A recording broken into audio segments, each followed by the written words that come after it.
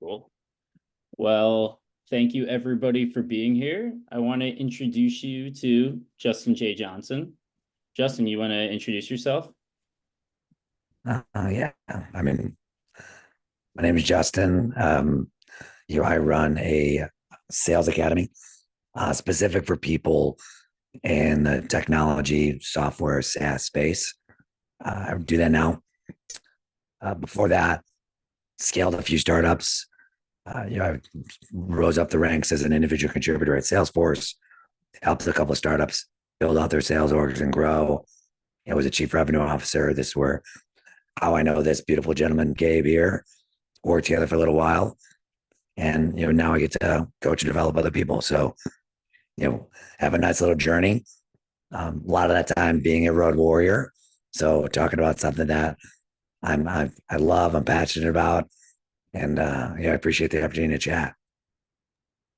Thanks. Yeah. And just to kind of frame the conversation and what it's all going to be around, it's going to be, how can you prep and execute in-person meetings?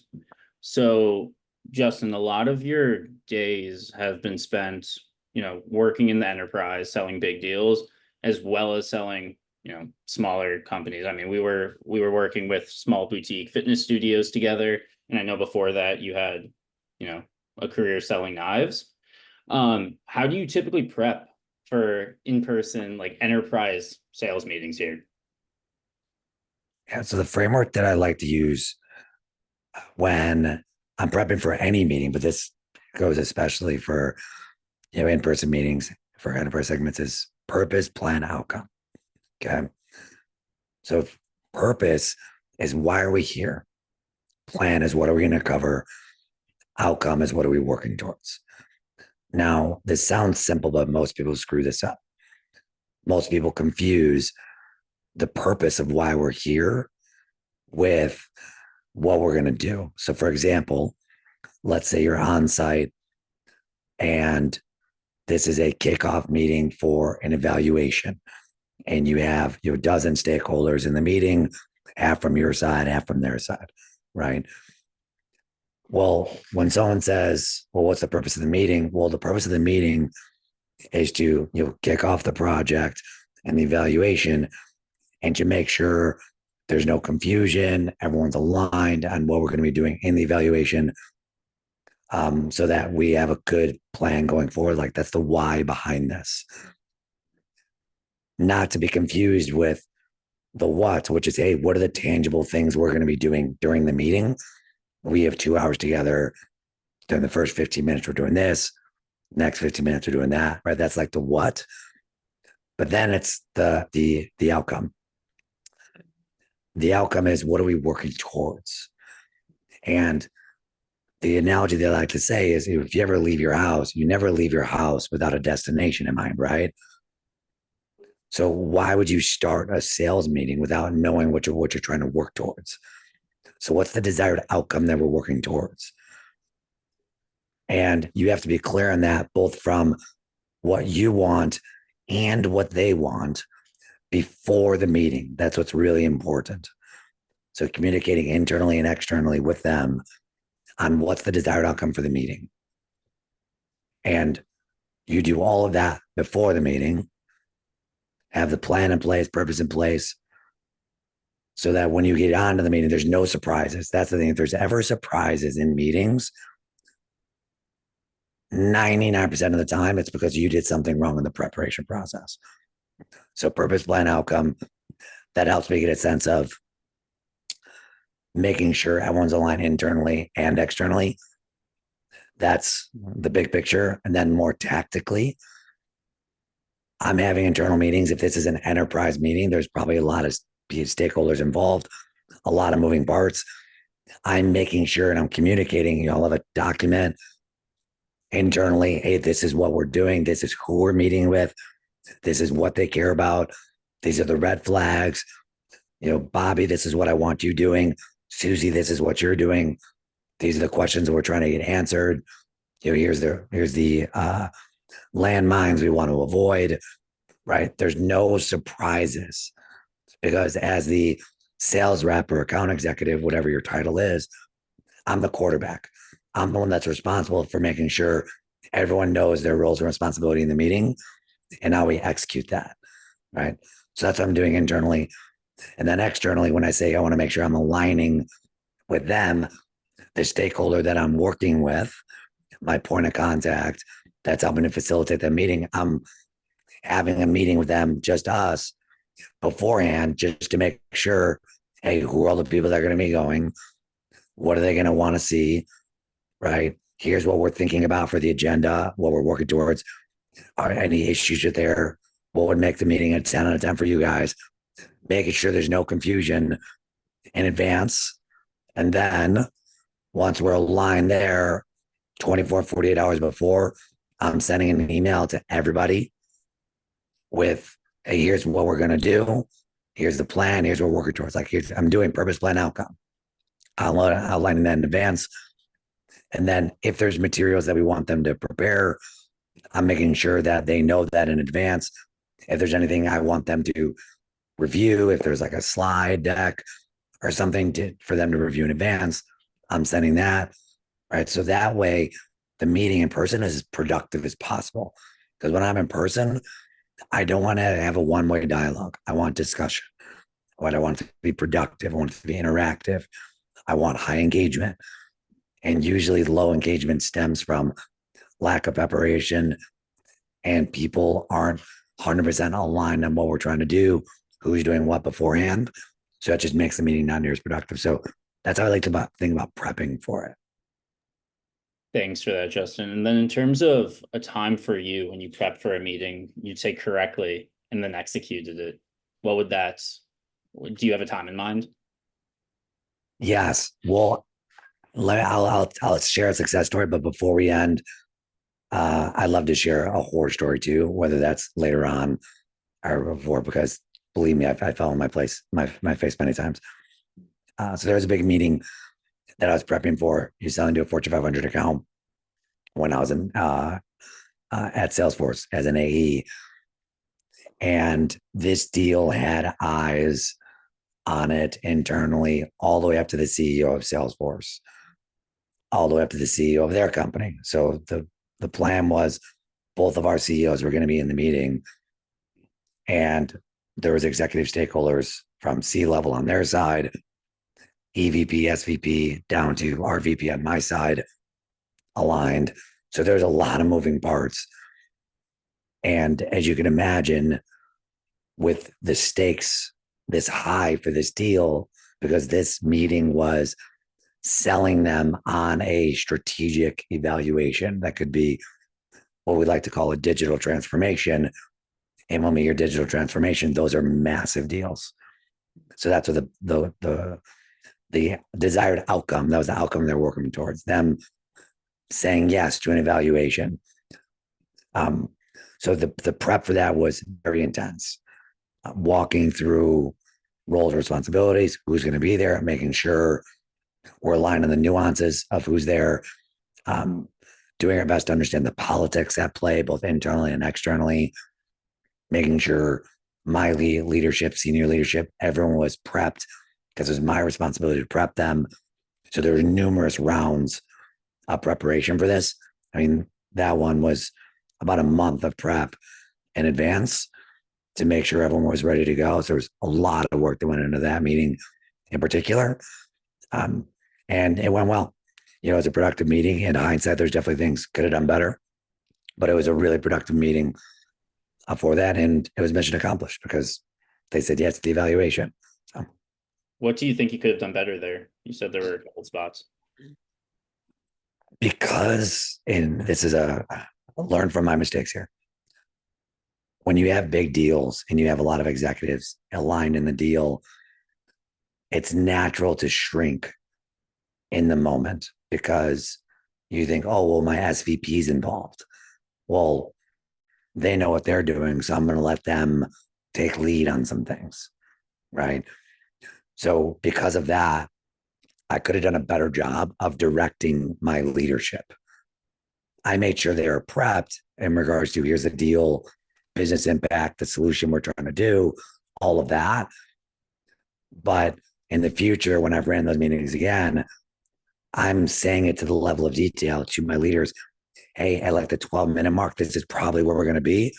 I want you to ask this question to this person because that's someone that we're trying to up level our relationship with and get a specific answer that we don't know. It's a blind spot in our deal. And then so like that level of specificity wasn't there.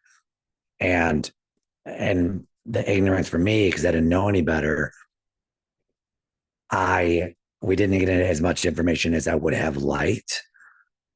And where I dropped the ball, I just assumed, well, they're an SVP, they're an exec, they're gonna come guns a blazing. Where that wasn't really the case, because for me, this is a deal of like one of one. This one deal closes, I'm having a great year. But for them, this is one of 100 deals, right? So no one's going to care about your deal as much as you. That was my big takeaway there. And no matter what, even if you have your boss, your boss's boss, your boss's boss's boss, your boss's boss, which I did literally in this situation, I had 6 or 7 layers of leadership involved.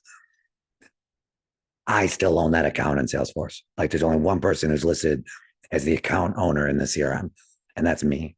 So I need to take ownership of that. So that was my big takeaway for me. If I would have done it all over again, would have done a much better job there. That's helpful. And then I know you wanted to bring up a horror story. Yeah. Do you want that now? Let's do it now. Come on. We'll All stay. right. So this was a in-person meeting that I was able to earn. So for the road warriors out there, a big thing that I did to try to break into accounts is I just dropped in on executives unannounced. And I dropped in on the CEO of one of my most strategic accounts.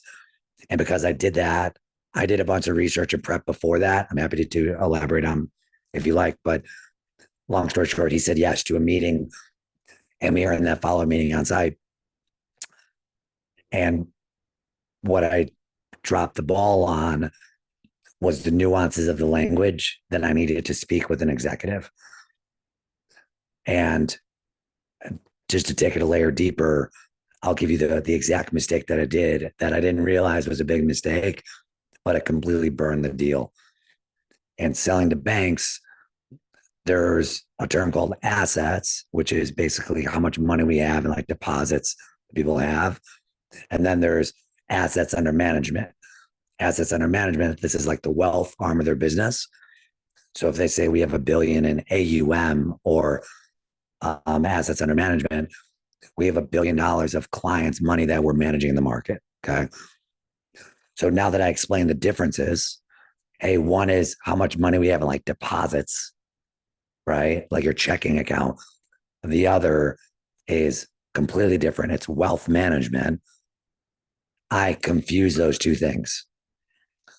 And I confused those two things. And the CEO corrected me in the meeting. And I didn't realize it was a big deal, but it's apples and oranges. So if I'm trying to sell a big deal to a CEO of a big company and I don't even know the exact terminology I need to use, I was new in my role at the time, but that's still no excuse. You got to come correct. You got to speak their language, backwards and forwards. So that was an expensive learning lesson. Yeah, I can hear that's expensive for sure. How does the prep, I know you brought up the prep for that meeting or the lack of prep in terms of not being able to speak their language. How does the prep go into like dropping in on a CEO of a huge bank and then also just like dropping in on an SMB location or like even like a door-to-door sales rep? How does that prep differ? The principles are the same. The level of the extent is what's different. So purpose plan outcome, that principle still applies here. What's the purpose of this? Why am I dropping in on them? What's my plan? What am I going to say? What am I going to do? And what's the desired outcome for that?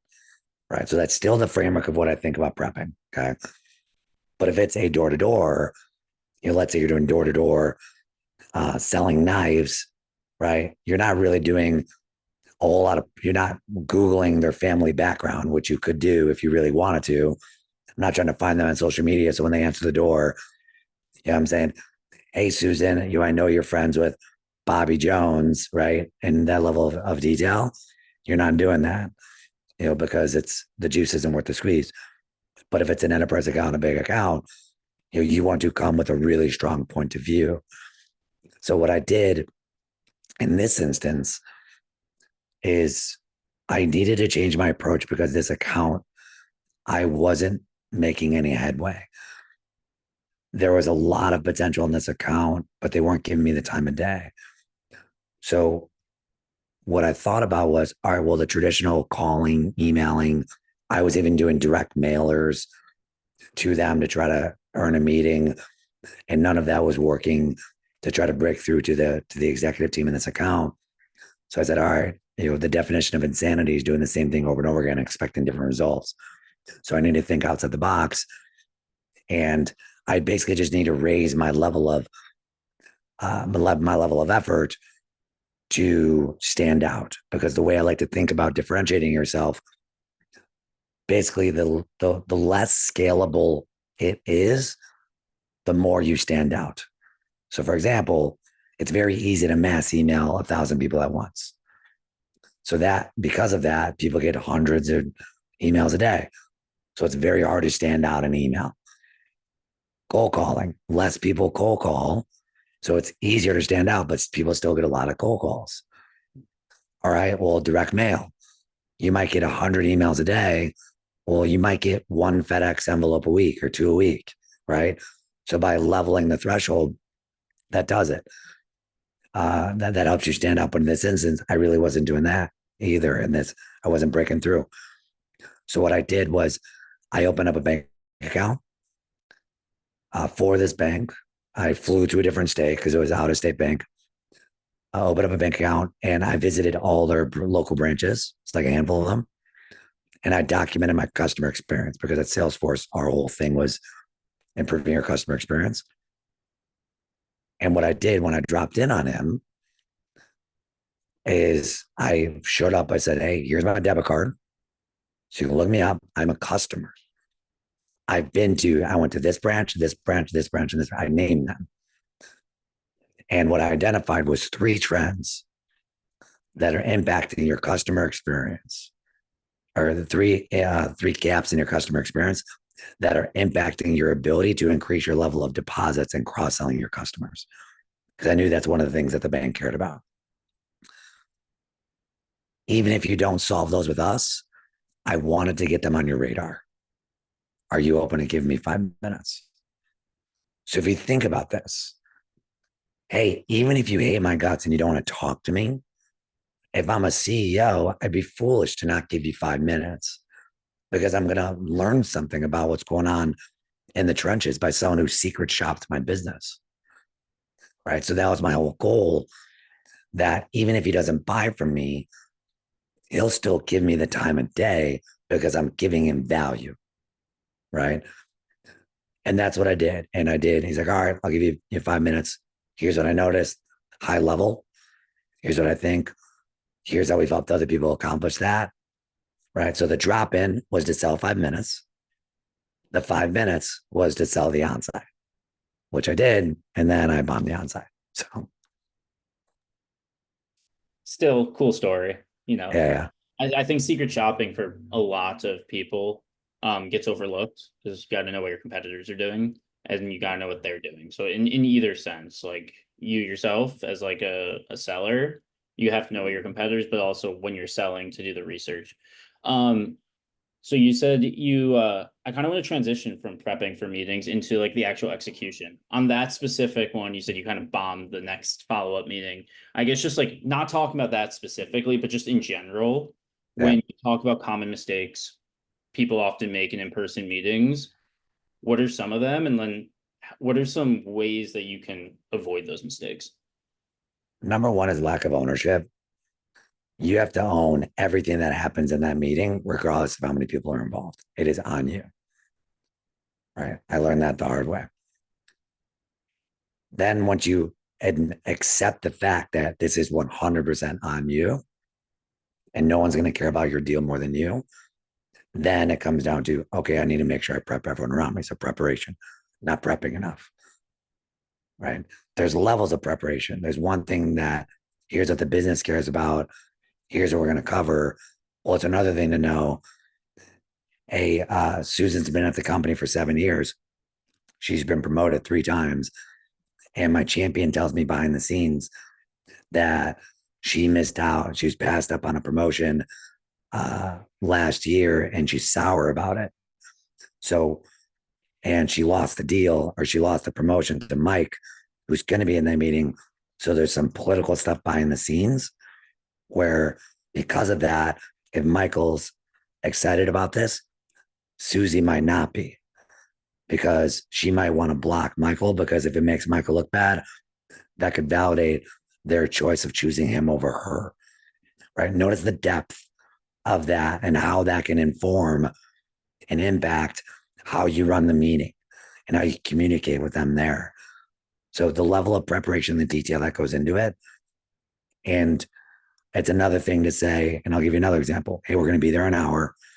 This is what we're trying to accomplish. This is what we're going to do. Versus, all right, we're going to be there an hour. Let's assume we're going to lose 10 minutes because people are going to show up late. We're going to assume that some people are going to have technical difficulties dialing in. And we're going to assume someone might be in a rush for the next meeting. So they might need to leave 2 minutes early. So let's assume we only have 50 minutes. Boom, number one. All right. Now that we only have 50 minutes, first 5 minutes, we're into introductions.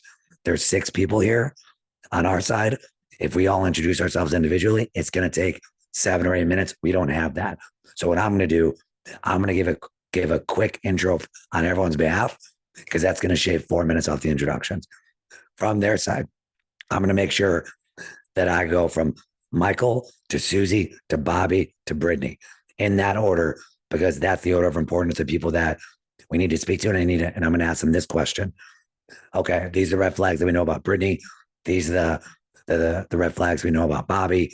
This is our plan to ask questions. And Mr.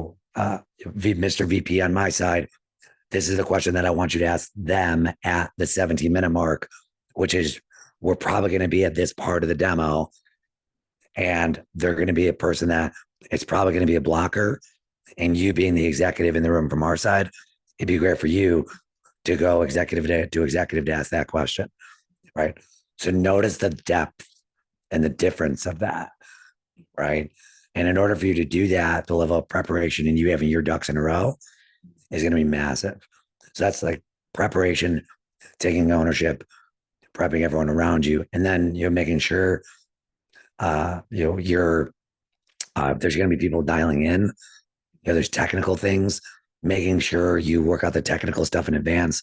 I can't even tell you how many times I've seen sales reps show up to an onsite and they don't have the right adapter or dongle. So they plan to share their screen and they can't. Messes up the whole flow of the meeting. They don't build in buffer time traveling there and staying there after, because a lot of times you get a lot of off the record stuff in the conversation before the meeting and after meeting when people are walking you out, right? Having a plan for those types of things. Making sure when you're in the meeting, you're not setting next steps in the meeting and scheduling it.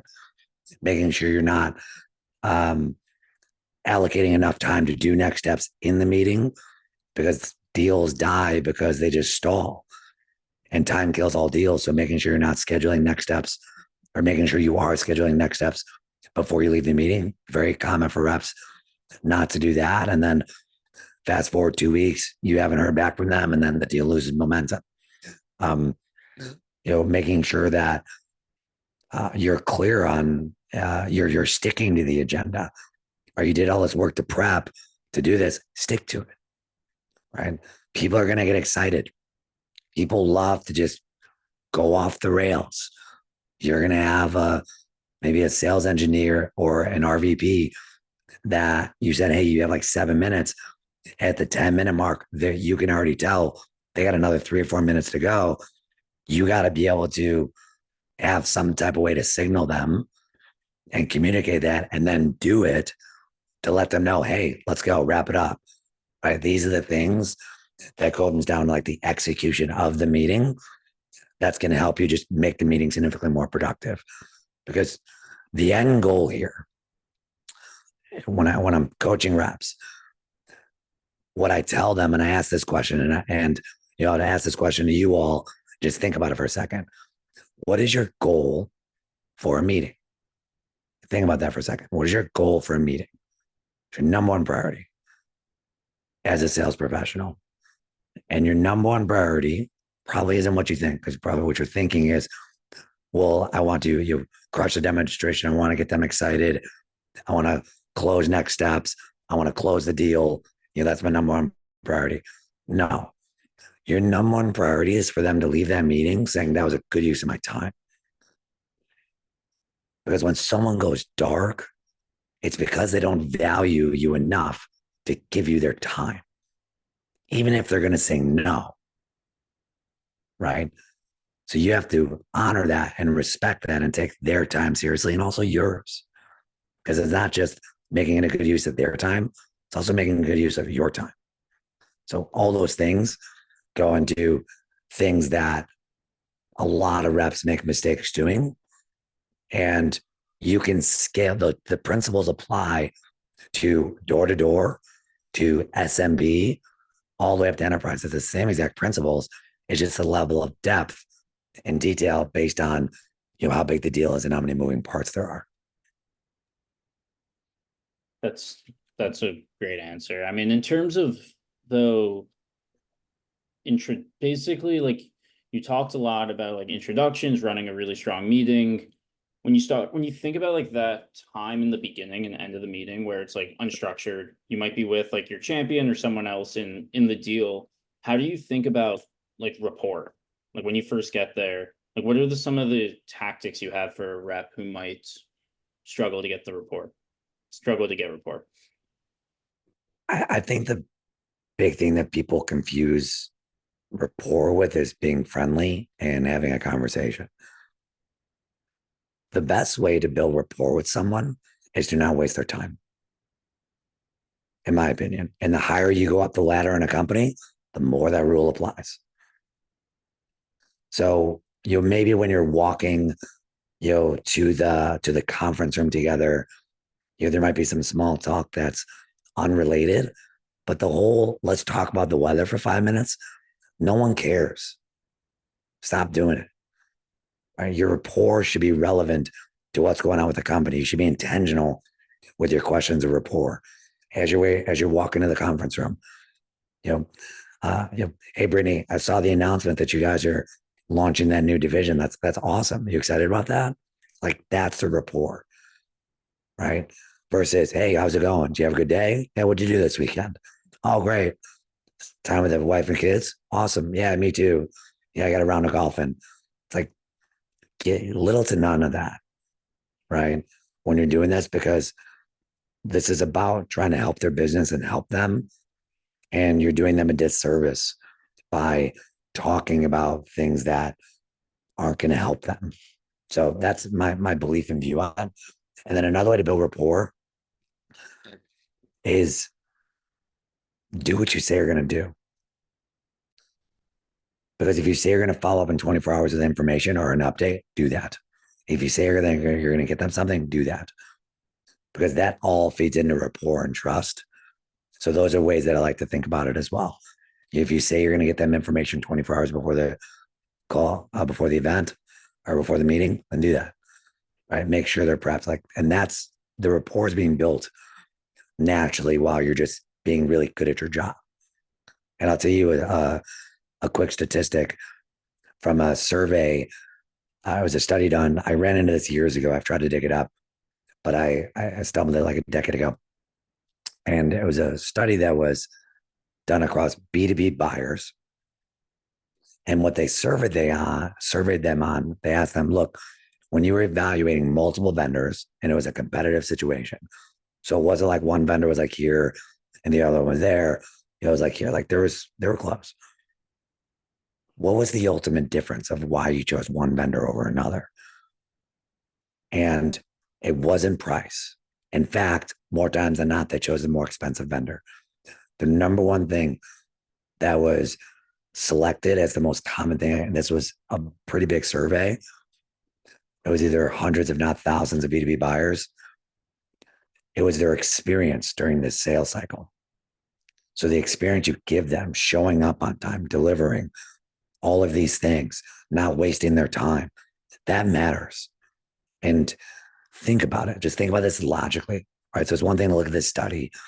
Let's think about the common sense test, as I like to say. Hey, you're trying to earn my business, right? Okay. Well, think about this as like a first date.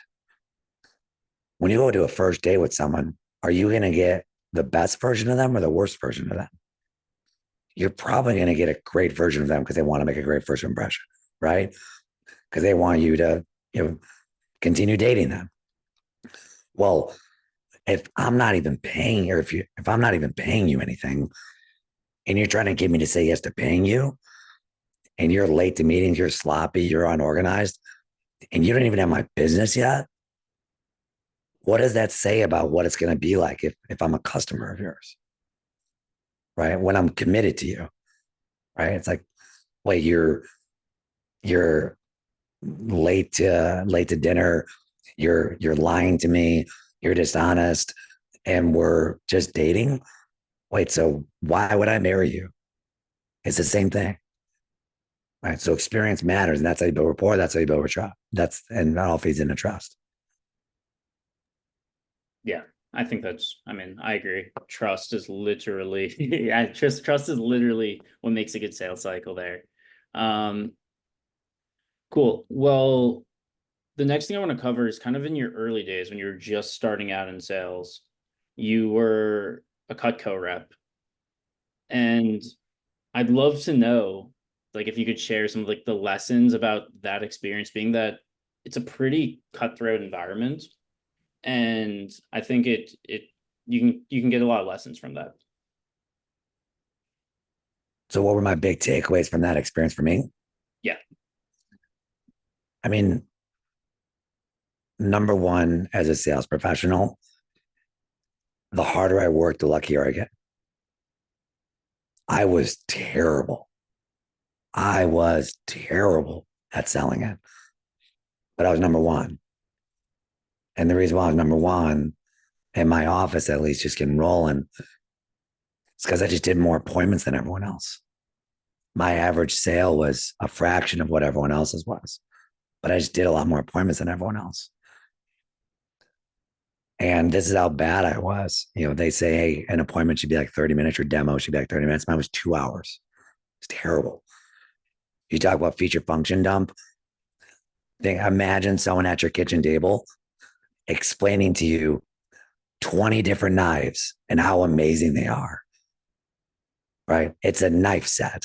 Calm down, kid. Right? That's what I was doing, but I still did well.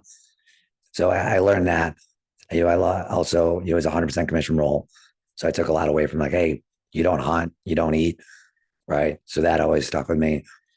And, and really just work ethic, hustle, that will hide a lot of warts in your skills. So never stop working hard, and then you'll be fine. Right. And then also, those are pretty good knives. So it's kind of my last takeaway. Good quality, a Yeah. lot of work.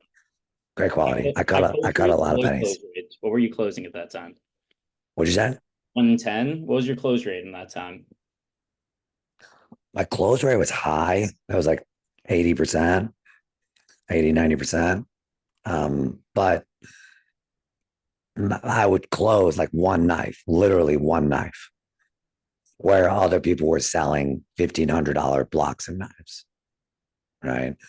So the way they train you is you start with the big set, then you keep dropping down. Oh, and another lesson I learned is rejection. Rejection. Kako does a really good job of training you how to just, okay, you don't want the big set? No worries. We'll go to the next one. No, you don't like the next one? Okay, we'll just go to the next one. No worries. No, you like that one? Oh, no worries. We'll just go to the next one. Next one. Next one. And you just keep going. And then eventually there's like, all right, I'll buy like 2 knives. All right, cool. Awesome. Thank you so much. Right. But like learning that literally every no gets you closer to yes. So yeah, I forgot about that. That was a big one. Got it. And I know, just know in in-person meetings specifically, especially a high volume environment, when you're just knocking on doors a lot of the time, you're going to get rejected a lot. What have you done as strategies to kind of just make sure your mindset is right and that you're going into every meeting like trying to win and ready to win? You go in every meeting wanting to win, but you have to detach yourself from the outcome. Massive mental mistake that sales reps make is they put all of their worth on the scoreboard. They anchor all of their success to how many deals they close. And don't get me wrong, like gotta put numbers on the board for sure. But in the day to day, you have to fall in love with the process, and you put all your energy and stacking wins around the things that are 100% in your control. So, for example, my goal when I was doing door to door was, hey, not how many deals I'm going to close, how many doors can I knock on today?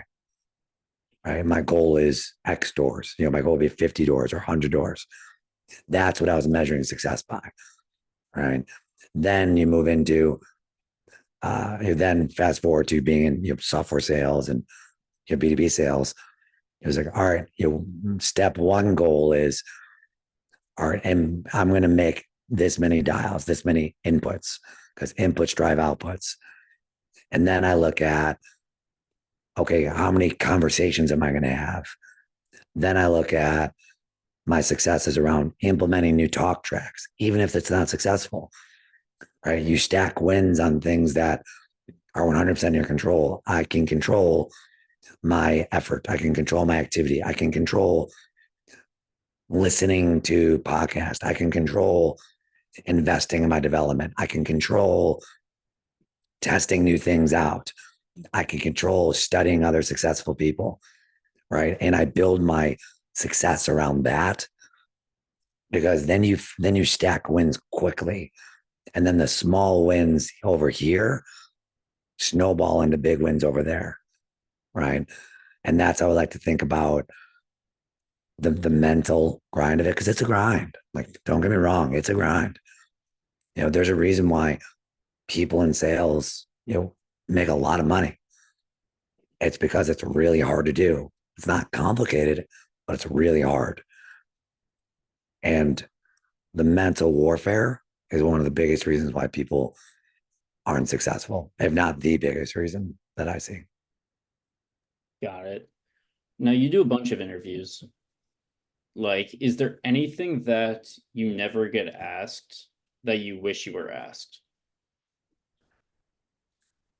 Like interview like this, or like interview like when someone's Like trying a to join my question team. like this, like right now, is there anything that like you think would be really helpful for people who are, hitting the pavement every day, hitting the phones every day, that you'd like to share? Yes. In order to be in the top 1%, you have to be willing to do a 99% harm. That's just a fact. Because I'll tell you a dirty little secret that you already know. You're going to die. And I had a near death experience when I was younger. So I was taught how valuable and how fragile life is. So I was blessed with this experience. But most people don't come to terms with their mortality until much later in life. And my whole thing that I try to teach people is, when you're on your deathbed, all you should want is an empty gas tank. All you want is that that I just left it all in the field. I did everything I can. And wherever I land, I land. Right. It's not about what I achieve. It's not about what I accomplish, right? Or how much money I make, or none of that.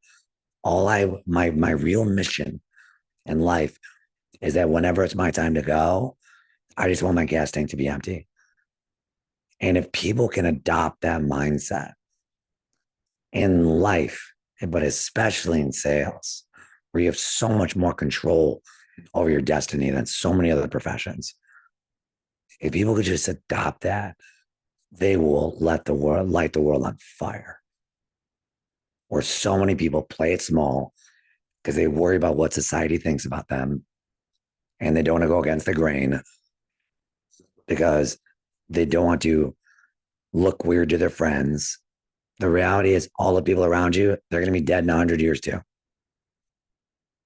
So who cares? Go for broke. You do that, I promise you, your life would be better versus if you play it safe. That's a big thing. Thanks for that.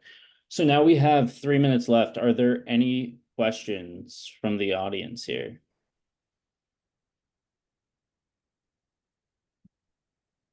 Hey, I have a question about conferences and trade shows. How would you go about preparing for a conference and kind of what's your whole mentality there? For preparation, purpose plan outcome, still doing that. Yep. Trying to figure out who's going to be going. If you can get the list in advance, of course, that helps you prep accordingly. What you're going to say, how you're going to grab their attention. If it's like a lead generation event, I'm going to approach that differently than if it's a customer conference. But I think about purpose plan outcome, and let's say it's a lead generation event. I practice, like, a great thing that I do with reps when we would have conferences when I was a sales leader is we would role play and we would practice walking up to a stranger. That sounds so simple, but we would literally go to the conference, and the day before or the day of in the morning, I would role play walking past them and practice them interrupting me and starting a conversation. Right? It's little things like this that you just like get the rust off and practice and prep of what you're going to say that can help you there. And then, little things like, hey, everyone you talk to, get their cell phone number and text them on the spot. Right? Little things like that, like how you can execute those. That goes a long way with trade shows. One of the things that if from a lead generation and you're making connections with folks, this might seem like a silly tactic, but it actually is really effective when you get cell phone numbers. Take a selfie with somebody, and then you text them a selfie with you in it. So then they know who you are, you know who they are, because they're going to forget you when you follow up with them, a couple of days later or a week later. That helps create the connection as well. And just when you're with them at the event, your goal is not to sell them. Your goal is to establish a connection and have a conversation. So it's understanding, again, what's the outcome, and that's going to help you execute better. Thanks. I appreciate that. Yeah. Cool. Thank you, Justin. This was great. Thank you everybody for coming, and we'll talk to you all soon. All right, y'all. Have a good one.